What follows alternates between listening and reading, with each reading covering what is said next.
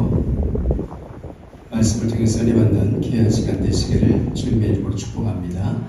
오늘 주제 말씀은 다시 예배의 눈물을 회복하라는 주제로 느헤미야 1장 1절부터 7절의 말씀을 가지고 함께 나누도록 하겠습니다. 이런 코로나 팬데믹 이후에 아직까지 교회로 돌아오지 못한 수가 무려 개신교의 30%가 된다고 해요.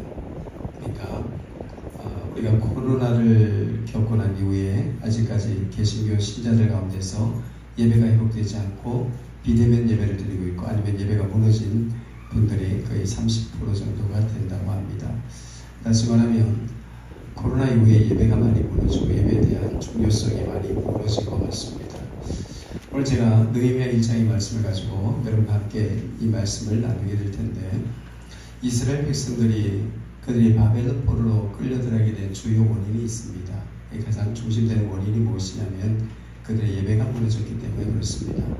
신앙인의 가장 중요한 삶의 척도가 뭘까? 우리가 생각해보면 가장 중요한 것은 신앙 가운데서 우리 예배 생활입니다. 예배가 가장 중요한 거죠. 그것이 바로 우리 삶의 척도가 됩니다. 그런데 이스라엘 백성들은 무엇이 무너졌느냐? 그들에게는 안식일이 무너져 버렸습니다. 오랫동안 무려 가나안 땅에 그들이 들어가서 490년 동안 하나님께서 안식일을 지키고 안식일에 대해서 중요성을 그들에게 이야기했지만 이스라엘 백성들은 가나안 땅 들어가서 그들이 그저 오랫동안 잊어버렸고 그리고 그들이 지키지 못했던 것이 있었는데 그것은 안식일이었습니다.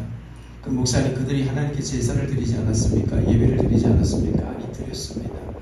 그들은 하나님께 제사를 드리고 예배를 드렸습니다. 그러나 문제는 그 제사와 예배가 형식적인 것에 그쳤다는 것입니다. 그러니까 결국은 하나님 앞에 제사를 드렸지만 그 제사가 하나님 보시기에는 기뻐하는, 하나님께서 받으시는 그런 제사가 아니었다는 것을 성경 우리에게 이야기해 주고 있습니다. 여러분, 우리가 잘 아는 것처럼 이사야 선지자는요, 당시에 보면 포로 이전, 포로 전 한 120년에서 150년 사이 먼저 된 선지자입니다. 그러니까 이사야 선지자는 한 100년 전에 이미 그는 선지자로서 활동했던 선지자가 바로 이사야 선지자라고 할 수 있습니다. 근데 그분이 이사야 1장에서 하셨던 말씀이 거기 우리에게 이스라엘 백성들에게 던졌던 말씀이 굉장히 중요한 것 같습니다. 왜냐하면 그 시대 이스라엘이 그런 영적인 아픔을 겪고 있었기 때문에 이사야는 그들에게 이사야 1장 11절의 말씀을 보니까 이런 말씀을 합니다. 근데 오늘 말씀이요, 여러분에게 좀 듣기 부담스러워도 여러분 우리가 신앙생활하는 데 있어서 한번 들으려는 합니다. 한번 들어보시기 바랍니다. 이사야 선지자가 무슨 말씀을 하면 여호와께서 말씀하신다. 나는 너희가 바치는 짐승의 제물에 역겨워 죽을 지경이다. 이 말씀을 이사야 선지자가 그리고 이제 그들에게 이스라엘 백성들에게 지금 그 말씀을 하고 있습니다. 나는 수장의 번제물과 살찐 짐승의 기름은 이제는 그만 지겹다. 그러니까 하나님께서 그만 가져오라는 거죠. 그러니까 너희가 드리는 이 번제물과 그리고 너희가 내게 드리는 이 제사가 이제는 내게는 이제 너무 지겹고 내가 받지 않고 싶다. 하나님께서 거절하는 거죠. 그러고 나서 12절에 이런 말합니다. 범죄하는 것을 뉘우치지 않으며 누가 너희의 희생제물을 달갑게 받겠느냐. 그러니까 여러분, 뭐가 무너진 거죠? 그들에게 제사가 없었던 게 아닌 것 같습니다. 이사야 선지자는 이스라엘에게 무서운 경고를 하고 있는 거죠. 하나님께서 여전히 나가서 주일마다 나가서 예배를 드립니다. 그런데 문제는 뭐냐면 그것이 형식적인 것이 되었다는 거죠. 어느 순간부터인가 그 예배가 형식적이 되고 그들이 하나님께 드리는 제물이 형식적인 것이 되었고 그리고 그들의 마음과 정신은 온통 다른 곳에 가 있다는 것을 하나님께서 지적하고 있는 거죠. 그러니까 그들의 삶에 뭐가 무너진 거죠? 예배가 무너져버린 거예요. 그러니까 여러분, 한국계 위기다 그러잖아요. 우리 신앙의 위기라고 합니다. 근데 여러분, 우리가 한 번 더 점검해야 될 문제가 있습니다. 그게 뭐냐? 예배를 점검해야 될 것 같아요. 예배에 가운데서 가장 중요한 것, 우리 예배가 하나님 보시기에 형식적이진 않나. 오늘 내가 그저 하나님께 나와서 1시간 드려진 예배가 그저 주일이니까 그저 교회 와서 하나님 앞에 1시간 예배 드리고 나는 교회 와서 예배를 드렸고 나의 신앙적 의무는 내가 다 했다고 생각하는 이런 형식적인 신앙생활에 내가 지금 머물고 있지 않는가. 이것을 한번 우리가 다시 한번 말씀을 통해서 우리가 돌아보는 귀한 은혜의 시간이 되시기를 부탁을 드리겠습니다.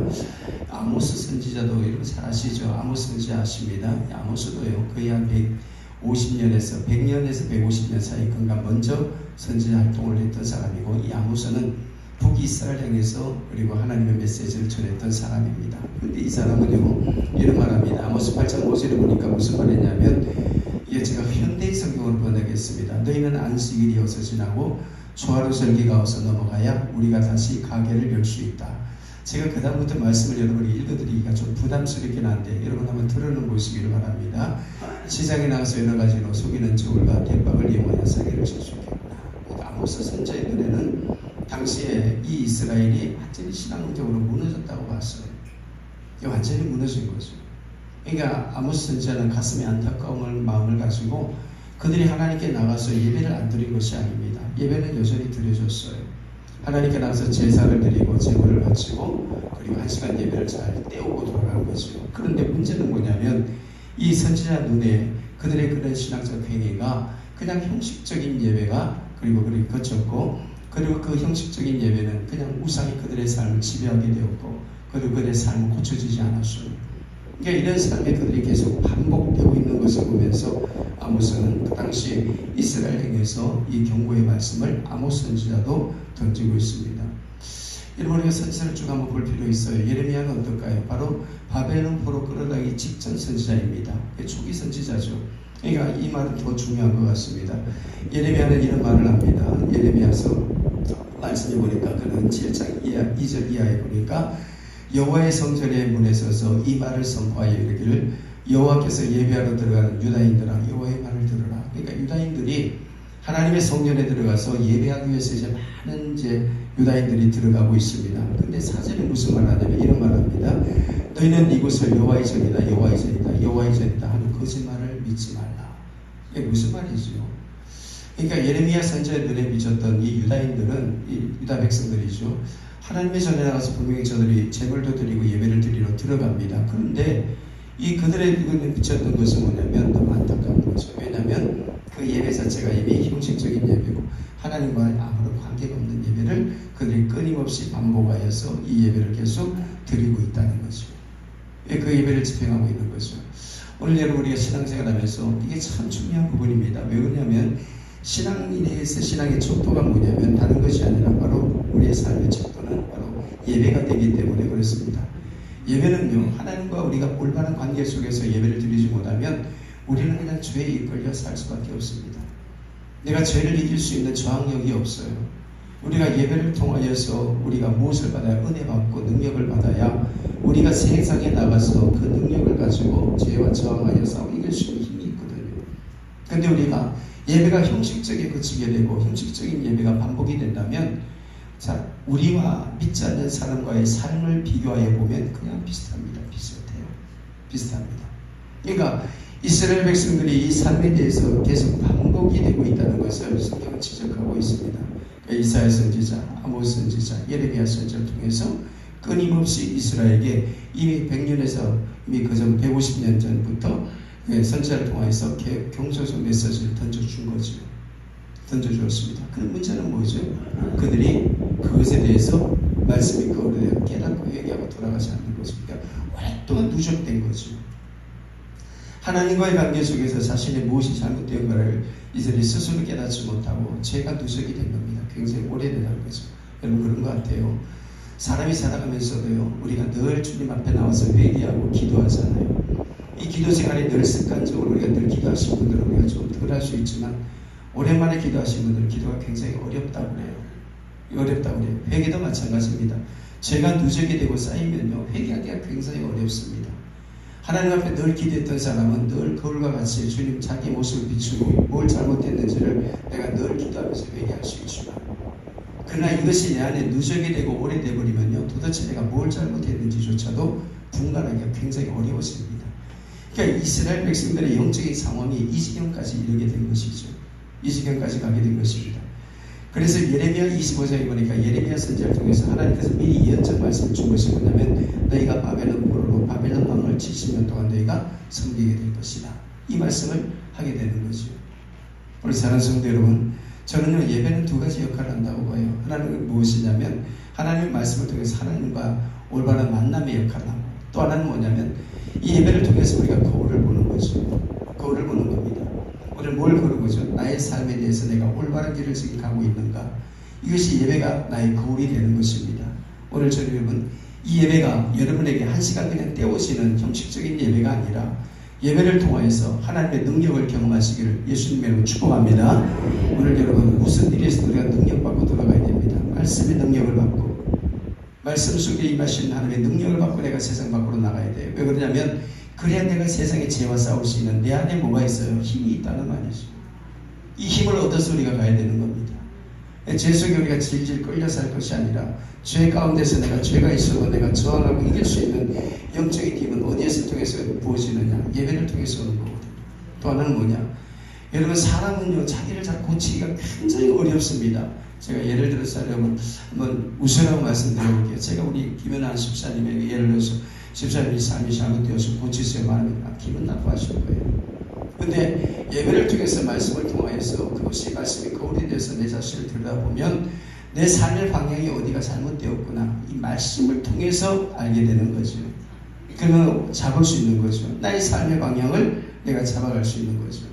오늘 사랑하는 성도 여러분, 예배는 우리에게 아주 중요한 역할을 합니다. 그러므로 여러분, 오늘 주일 1시간 드려진 예배를 통해서 여러분이 이 두 가지 은혜가 여러분에게 충만하게 마시기를 예수님의 이름으로 축복합니다.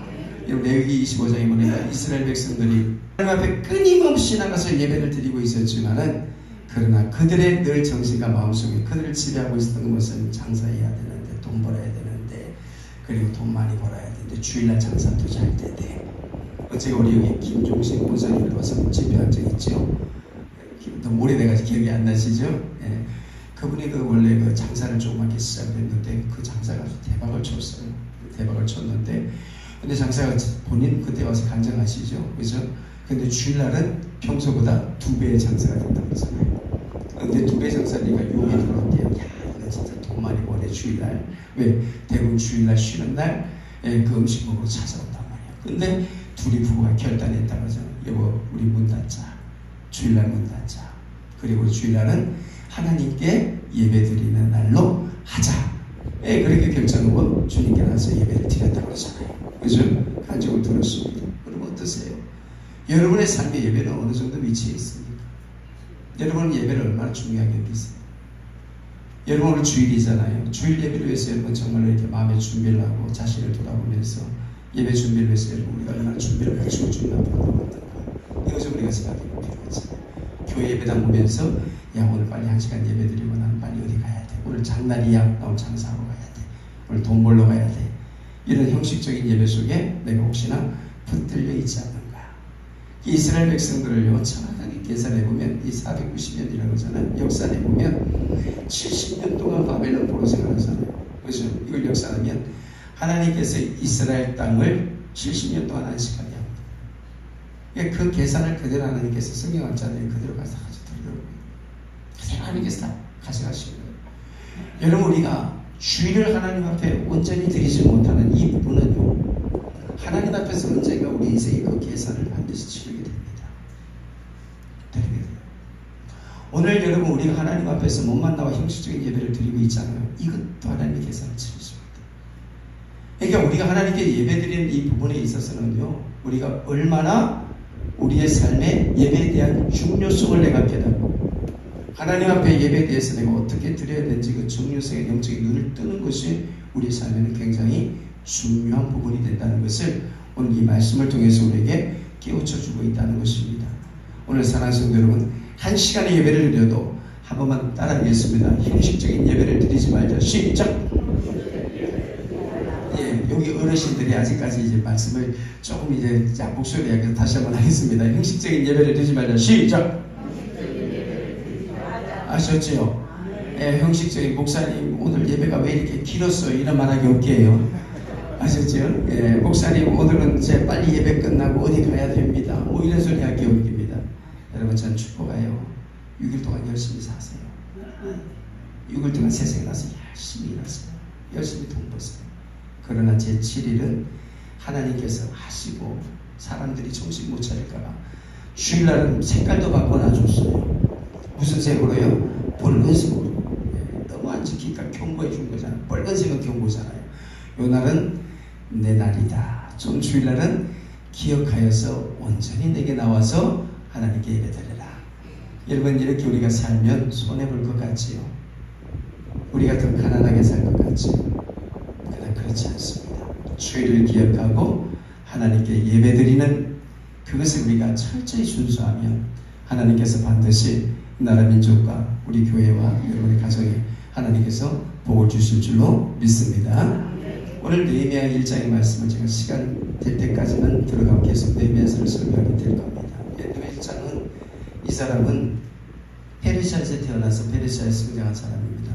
페르시아는 바벨론을 점령합니다. 바벨론이 페르시아에서 멸망을 당하게 되지요. 멸망당합니다.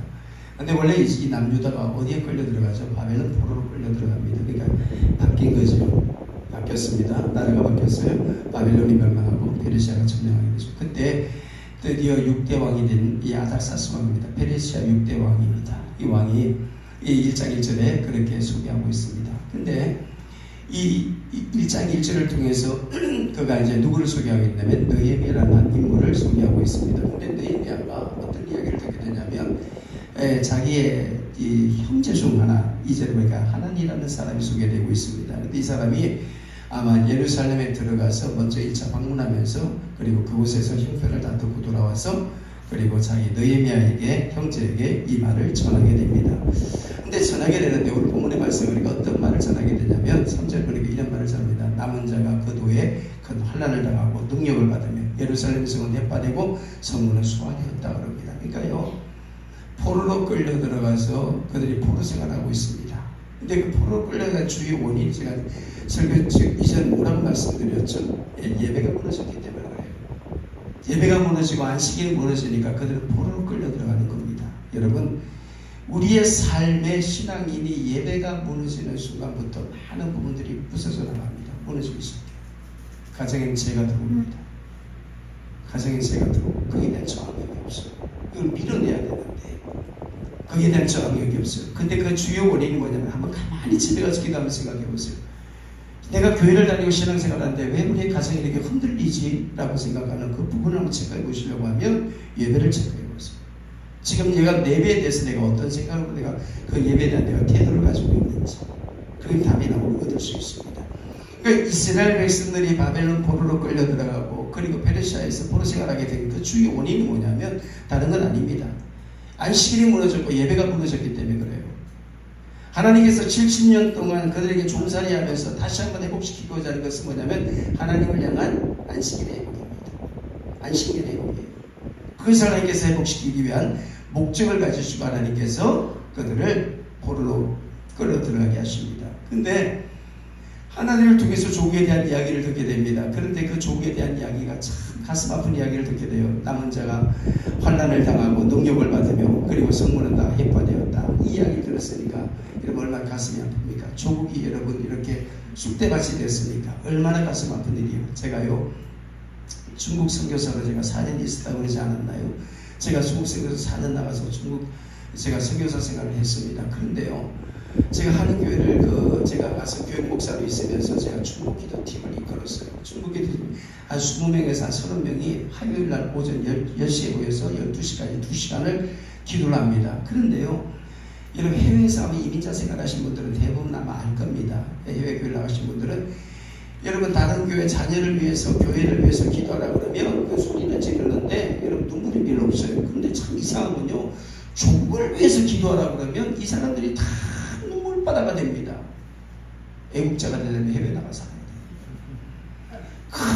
금방 무슨 전쟁이 나는 사람들처럼 막 눈물로 주여 대한민국이 망하게 생겼다고 우리나라를 건져달라고 그 시간만큼은 눈물바다가 돼요. 근데 다른 걸 위해서 기도하라 그러면 그렇게 눈물을 안 흘려요. 근데 곧 무슨 대한민국의 전쟁이 날 것 같은 눈물바다를 가지고 기도를 해요. 제가 그런 것들을 많이 경험했어요. 여러분 어떠세요? 나라 민족을 위해서 기도하고 기도하라고 하면 우리 속에 눈물이 나시니까 제가 돌아서 기도 보니까 여러분 우리는 북한하고 무슨 일이 핵미사를 만들었다고 걱정을 안 해요. 걱정을. 전진 배치했다 그래도 전쟁은 남의 이야기 같아요. 남의 이야기 같아요. 북한은 남의 이야기 같아요. 지금 우리가 서로 총부리를 맞대고 있는 거 아니에요. 그래서 푸틴의 삐뚤어진 생각 하나가 뭘 일으킵니까? 지금 4년 이상의 전쟁을 치르고 있지 않습니까? 트럼프의 생각에 결국 뭘 일으키죠? 전쟁을 일으킵니다. 김정은이 삐뚤어진 생각 한 번이 한반도에 불을 당길 수 있죠. 그럼 여러분 우리가 뭘 해야 될까요? 나라 민족을 위해서 우리 다음 세대가 전쟁을 겪지 않도록, 여러분 6.25를 통해서 우리가 죽은 그 사망자 수가 30만이 넘어갑니다. 이 땅에 다시는 6.25 같은 전쟁이 일어나면 안 됩니다. 안 돼요. 우리가 다시 재건할 수가 없잖아요. 저 북녘 땅을 바라보면서 우리 신앙인으로서 할 수 있는 힘이 뭘까요? 주여 이 땅을 불쌍히 여겨주시오. 하나님께서 이 땅을 보호하시고 하나님 지켜달라고 우리가 기도해야 될 때가 바로 지금 이때란 말입니다. 그래서 여러분 우리가 교회가 깨어나서 뭘 위해서 기도해야 됩니까? 나라 민족을 위해서 기도해야 됩니다. 오늘 느헤미야 1장에 나오는 이 느헤미야는요, 어쩌면 자기 족에서 태어난 사람도 아닙니다. 족에 대한 역사도 잘 이해하지 못한 사람 아닙니까? 이 사람이 어디에서 태어났습니까? 포로로 끌려 들어가서 페르시아에서 태어난 사람이에요. 페르시아에서 공부했고 페르시아에서 장관 자리까지 올라간 사람이에요. 그러면 조국에 대해서 별 관심이 없을 수 있습니다. 그럼에도 불구하고 조국에 대한 이야기를 들었을 때 마치 자기 일처럼 하나님 앞에 수일 동안 슬퍼하며 금식하고 이 1장 단어 속에서 느헤미야가 기도했다는 그 단어가 계속 반복되고 있습니다. 무엇을 위해서요? 나라 민족을 위해서. 교회 해야 될 일이 여러분 무엇일까요? 나라 민족을 위해서 여러분 기도해야 될 일이 누가 해야 될 일입니까? 교회가. 그리고 신앙인들이 해야 될 일이 바로 이 일이라는 거죠. 이 일입니다. 느헤미야는 자기 조국을 한 번도 가본 경험이 없어요. 왜? 남의 나라에서 태어났고 남의 나라에서 공부하고 남의 나라에서 성공한 사람이에요. 장관까지 이런 사람이에요. 그런데도 불구하고 자기 조국에 대한 폐허된 소식을 들으니까 느헤미야는 어떻게 합니까? 그것도 수일 동안 금식하며 하나님 앞에 기도했다고 성경 기록하고 있지 않나요? 혹시 제가 여러분에게 한번 이렇게 여쭤보겠습니다. 여러분 우리가 나라를 위해서 걱정하면서 우리가 얼마나 기도하고 있을까요? 나라가 있어야 교회가 있고 나라가 있어야 내가 있잖아요. 그런데 여러분 조국에 대한 이 아픔의 소식을 듣고 그는 하나님 앞에 기도하고 있습니다. 그 하나님 앞에 기도합니다. 한번 들어만 보십시오. 제가 성경을 읽어드리니까 이렇게 기도합니다. 가로되 하늘의 하나님이여 여호와여 크고 두려우신 하나님이여 주를 사랑하고 주의 계명을 지키자니 언약을 베푸시며 한번 또 한번 들어보십시오. 내가 이 말을 듣고 앉아서 울고 수일 동안 슬퍼하며 하늘의 하나님 앞에 금식하고 기도하였다고 하죠. 무엇 때문에? 나라 민족을 위해서. 나라 민족을 위해서. 이게 느헤미야였습니다. 조국의 아픔이 자기 아픔이었고 그리고 성전에 폐허된 것이 자기의 고통이었고 아픔이었고 백성의 굶주림이 자기의 고통이었고 자기의 아픔이었고 그리고 성전에 다 해파된 것이 자기의 아픔이었고 자기의 고통으로 받아들이면서 기도하고 있는 사람의 모습이 누구입니까? 당시 느헤미야였다는 거죠. 느헤미야. 여러분 신앙생활 하면서요 누가 좀 옆 사람 아프다 그러면 저는 우리가 좀 관심을 가지고 같이 좀 기도해 줄 필요가 있지. 기도해 줄 필요가 있죠. 교회 가서 어렵고 힘들다 그러면 여러분 함께 우리가 같이 같이 마음을 같이 해서 함께 마음을 좀 모을 필요가 있죠. 나라가 위태롭다, 나라가 어렵다 그러면 교회가 뭘 할 필요가 있습니까? 기도할 필요가 있는 거죠. 있는 거죠. 오늘 느헤미야가 바로 그런 사람입니다. 그래서 말씀 좀 줄여보겠습니다. 5절부터 8절까지 느헤미야가 하나님께 기도하는데 뭐라고 기도합니까? 크고 두려우신 하나님이요. 제가 오늘 여기까지만 설명 마치겠습니다. 여러분 느헤미야와 이스라엘 백성들은 뭘 경험했냐면 바벨 포로로 끌려들어가서 70년 동안 남의 나라 종살이 하다가 그들이 70년 만에 고레스 왕, 페르시아 고레스 초대왕입니다. 11대 왕에 그가 칙령을 내려서 그들은 조국을 기한하게 됩니다. 돌아가라는 거예요. 너희 나라로 이제 돌아가라. 이게 참적인 하나님의 은혜입니다. 하나님께서 70년 기한을 정하시고 그때가 딱 이르게 되니까 하나님께서 고레스 이방 왕의 마음을 움직이고 녹이셔서 그리고 너희 땅으로 돌아가서 너희는 성전을 다시 재건하고 지으라고 말합니다. 그리고 이스라엘 백성들이 돌아와요. 1차 기한 누가 돌아오죠? 스리바불이 데리고 돌아오고 2차는 학사 에스라가 데리고 돌아옵니다. 3차 오늘 이 느헤미야가 마지막 이스라엘 백성 자유인을 데리고 조국을 귀환합니다. 돌아오는 것이 3차 마지막 돌아오는 거예요. 돌아오는데 느헤미야가 하나님 앞에 기도할 때 뭐라고 그러죠? 크고 두려우신 하나님이요 왜 그렇게 기도할까요?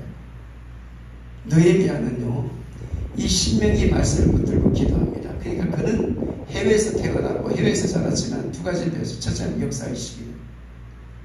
두 번째는 뭐냐? 신앙 교육입니다. 이걸 철저히 훈련받은 사람이에요. 그러니까 말씀을 붙들고 지금 느헤미야가 기도하잖아요. 이스라엘 민족들은요, 두 가지 교육이 아주 철저합니다. 전 세계를 이스라엘 백성들이 지금도 이스라엘 백성들이 흔들리지 않고 전 세계 주권을 가질 수 있는 것이 뭐냐면 그들의 역사의식이에요. 그들의 역사의식을 자기 후손들에게 철저히 가르칩니다. 우리가 구약에 보면 절기라고 그러죠. 절기를 지키라고 그러잖아요. 그 절기가 뭐냐면 그 절기 속에 이스라엘의 역사가 들어가 있기 때문에 절기를 지키는 거예요. 그런데 요즘 아이들은 우리 아이들에게 6.25 이야기하면 옛날 이야기한다고 그래요. 6.25는 우리가 겪었습니다. 우리 민족이 겪은 역사예요. 그런데 그 6.25에 대한 이야기는 아이들은 이미 까맣게 잃어버렸습니다. 세상의 번영만 바라고 역사의식이 없다는 거죠. 역사의식. 이스라엘 백성들이 땅덩어리 작지만 전 세계를 지금도 주권을 가지고 올 수 있는 것은 뭐냐면 그들에 대한 역사의식입니다. 페르시아에서 태어나고 페르시아에서 공부했고 페르시아에서 장관되었지만 그 DNA 속에는 뭐가 가지고 있냐면 그 부모로부터 철저하게 교육된 역사의식을 갖고 있어요. 나는 내 정체성은 히브리 민족이다. 난 이스라엘 백성이다. 나는 어떤 역사를 가지고 있는 사람이다. 그걸 잊어버리지 않았으니까 자기 조국이 폐허된 것을 보면서 눈물로 기도할 수 있죠. 역사의식이 돼요. 두 번째는 신앙교육이에요. 그렇게 오랫동안 조국을 떠나 있었지만 그가 말씀을 붙들고 기도할 수 있는 힘이 어디에서 나왔어요? 부모로부터 신앙교육을 받았다고 율법을 공부했다는 거죠. 신명기 말씀을 붙들고 기도하지 않습니까? 오늘 사랑하는 성도 여러분, 우리가 신앙생활하면서 우리의 두 가지 근거가 있어야 될 것 같아요. 두 가지 근거가 있어야 될 것 같아요. 우리가 무엇을 두고 기도하든지 우리가 하나님의 말씀을 근거하여서 우리가 기도해야 될 것 같습니다. 근데 느헤미야가 그거 두려우신 하나님과 기도하는 것을 보면 자신들이 바벨론 포로로 끌려들어가고 페르시아에 들어가서 이 종살이게 된 주요 원인이 하나님, 우리가 하나님 앞에 말씀대로 살지 못하고 범죄했던 이 결과에는 이 고통을 우리가 겪고 있다는 사실에 대해서 그가 깨닫고 있는 거죠. 깨닫고 있는 것입니다. 여기서 말씀을 오늘은 좀 일차 맺겠습니다. 사랑하는 성도 여러분, 오늘 제가 이 말씀을 드리면서 여러분이 드리고 싶은 말씀은 뭐냐면 신앙인의 가장 중요한 삶의 척도가 뭐냐? 예배입니다. 이 예배가 형식적이 될 때 여러분의 삶 속에, 가정 속에, 교회 울타리 속에 뭐가 들어오느냐? 우상, 곧 죄가 들어갑니다. 그걸 이겨낼 수 있는 힘이 없어요. 두 번째, 그것이 무너지게 되면 우리의 삶은 여전히 가서 예배드리고 주님 앞에 우리가 늘 기도하는 것 같지만 삶의 변화가 일어나지 않습니다. 다시 한번 우리가 이 말씀을 여러분 참 깊이 마음에 새기시고 예배에 관해서는 주일 예배에 대해서는 여러분 흩뜨리지 마시고 하나님 앞에 예배에 대해서 최선을 다해서 드릴 수 있는 여러분 되시기를 예수님의 이름으로 축복합니다. 우리 같이 한번 주님 부르시고 한번 통성을 한번 기도하겠습니다. 여러분 예배를 회복하십시오. 오늘 신앙인의 삶의 척도는 예배입니다. 예배가 하나님과 올바른 관계를 맺는 유일한 것입니다. 이 시간 한번 주님 부르시고 통성을 한번 기도하도록 하겠습니다. 주여, 자비로우신 아버지 하나님, 은혜와 사랑을 감사합니다. 주께서 아버지 우리 가운데 함께 하시고 하나님께서 아버지 역사하심을 아버지와 감사합니다. 다시 하나님 예배의 눈물을 회복하라. 하나님 아버지의 주제를 가지고 주의 말씀을 듣게 하신 아버지 하나님이 이 시간 성령으로 역사하시고 주께서 아버지 함께하여 주시옵소서. 하나님 아버지 이스라엘 백성들의 안식일이 무너지고 안식년이 무너지고 예배가 무너질 때 하나님 그들은 바벨론 포로로 끌려 들어가서 하나님 아버지 그 땅을 70년 동안 안식하며